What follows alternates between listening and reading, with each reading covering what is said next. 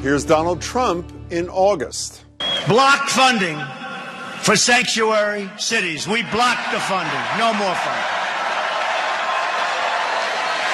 We will end the sanctuary cities that have resulted in so many needless deaths. Cities that refuse to cooperate with federal authorities will not receive taxpayer dollars. While there is no exact legal definition of a sanctuary city, the goal is pretty universal. These are communities that have promised to offer safe haven to undocumented immigrants, at least to those who are not violent offenders. This means local police departments will not cooperate with federal immigration officers, known as ICE, on routine roundups or turn someone in who's been pulled over for a traffic violation, for example. What they will do, as I said, varies from one sanctuary city to another.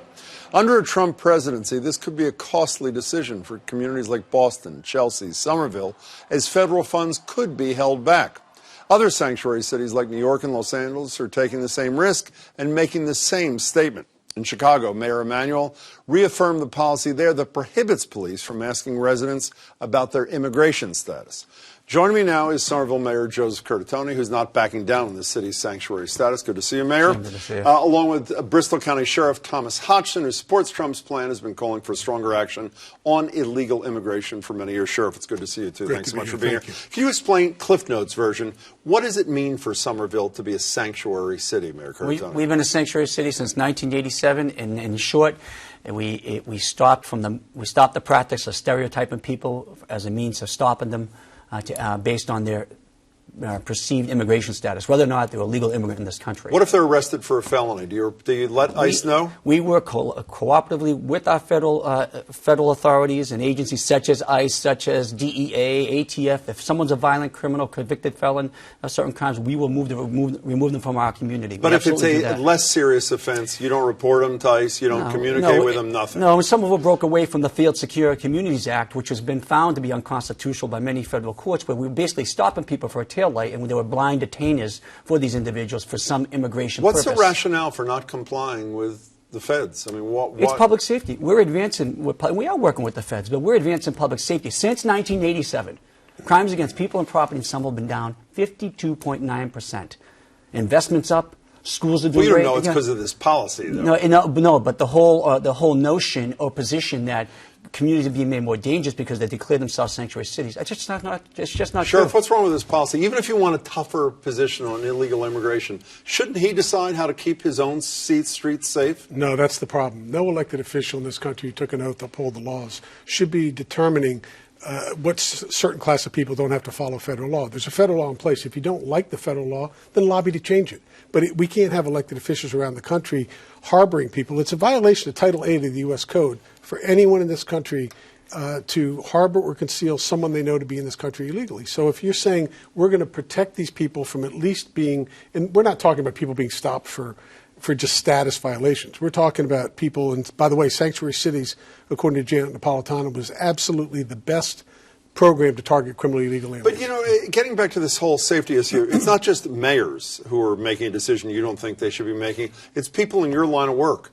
Chiefs of police all over the country, including here, say, I want to do what he wants to do, because more important than what you say is building relationships of trust with people in our community. And if someone who's here illegally is too scared to talk to a police officer about a crime for fear they're going to be deported, that doesn't help the community. Your communities doesn't help them either, does it? No, but listen, these chiefs work for mayors. They're their boss. They provide them their well-being. But my point is, talk to sheriffs around the country who are elected by the people. They're going to tell you a different story. And look, we don't want a Muhammad Atta going to a place that they know they can lay low and hang out and plot and plan an attack on the World Trade Center or Bristol County. He's going to be sheltering a Muhammad Atta because there's no question about it. There's a difference between my police chief, Jerry, and you're in the detention and moving prisoners business. Let him finish anyway. We're in the community policing business, and my chief and chiefs from around this great metropolis, around the nation, know that we need to build trust and credibility with everyone at our city if we're going to have true community policing to solve issues around public safety, to solve issues around public health. And all the statistics show,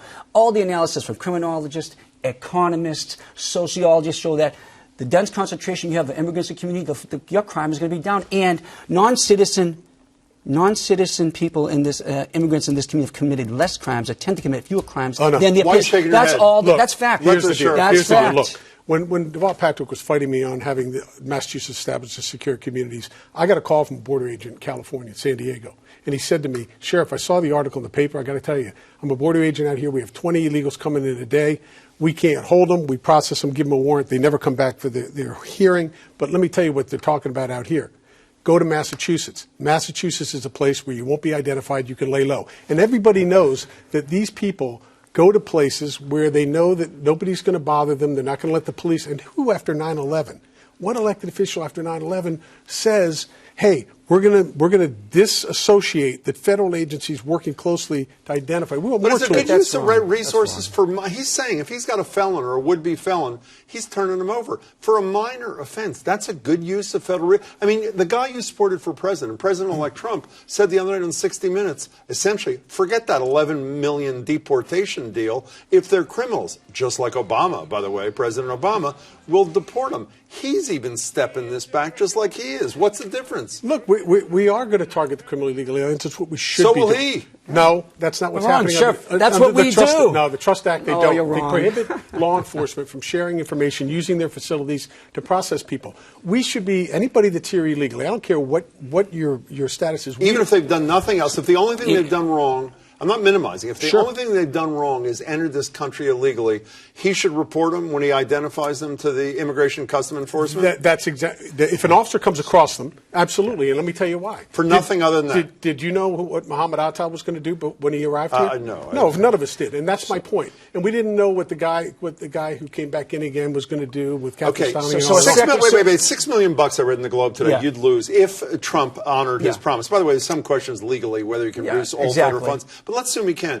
You think the people of Somerville, as much as they may support you, know that they're going to forsake $6 million, or Boston may lose $250 million for non-compliance of federal law? Is that a price they're willing to pay? Yes, they are, because we're not going to run away from who we are. We're not going to run away from our principles of civility, democracy, compassion, humanity, as Sheriff. You know, that money that he's trying to take away from us feeds school children, school lunch, advances teaching, homeland security. But what's more, you have to is comply this isn't with about law, money, right? though, but this isn't about money, Sheriff. What's Look, more at stake here is our nation and our democratic principles that people sacrificed their lives for to advance and preserve. Look, I was at a It's meeting about- in Washington almost a year ago with Undersecretary Mayorkas from the Administration of Homeland Security, along with some other sheriffs and the head of the executive director of National Sheriffs.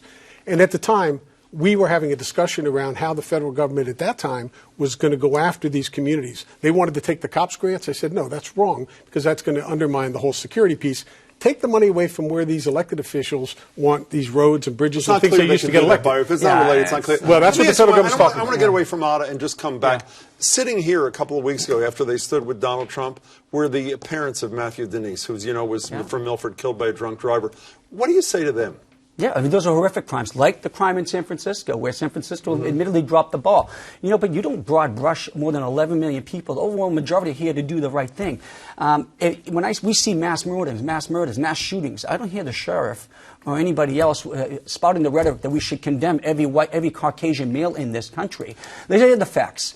There are approximately 820,000 undocumented immigrants who have committed crimes, and approximately 300,000 have committed felonies, and the rest have been what are considered more substantial misdemeanors. And in some cases, that substantial misdemeanor is just coming to the country. So who are we talking about? It's not 2 to 3 million. 2.1 million at large. We got a whole. And let me just say last thing. But Hoover ordered everybody deported during the Great Depression. Truman ordered 1 million deported so that the veterans came back and had jobs.